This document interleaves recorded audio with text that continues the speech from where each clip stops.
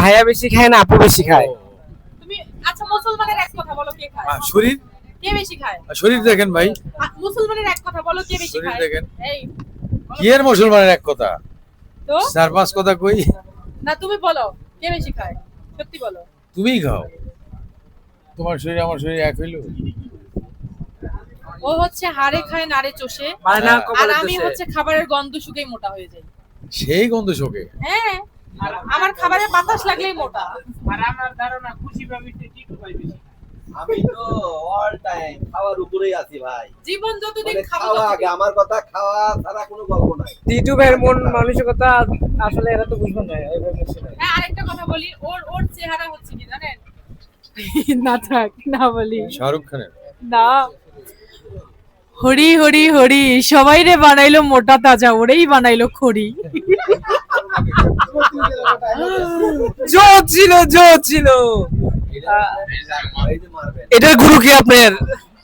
এটার গুরু কি আপনার? হরি হরি। না না তা তো বলা যাবে না। আমি নিজে অনেক ডায়লগ বানাই, যেমন হালার ফোয়ালা, গোলাপের ফুল, এরকম অনেক কিছু আছে আমার ভাইরাল। মানে ওইটা কাজ করার সময় হঠাৎ মাথায় এসে যায়, ওইটাই মনে পরে ভাইরাল হয়ে যায়।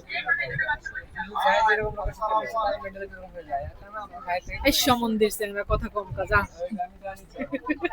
আমি তো জানি। এটা বের করতেই পারলো না প্রোগ্রামে। আচ্ছা তোমাকে একটা প্রশ্ন করি, দাঁড়াও। রাসেল করবো? করবো।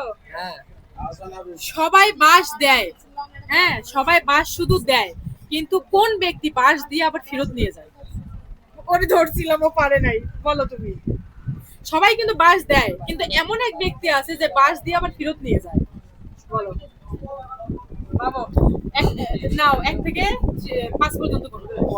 1 সবাই বাস দেয়, 3 সে বাস দেওয়া ফেরত নিয়ে যায়।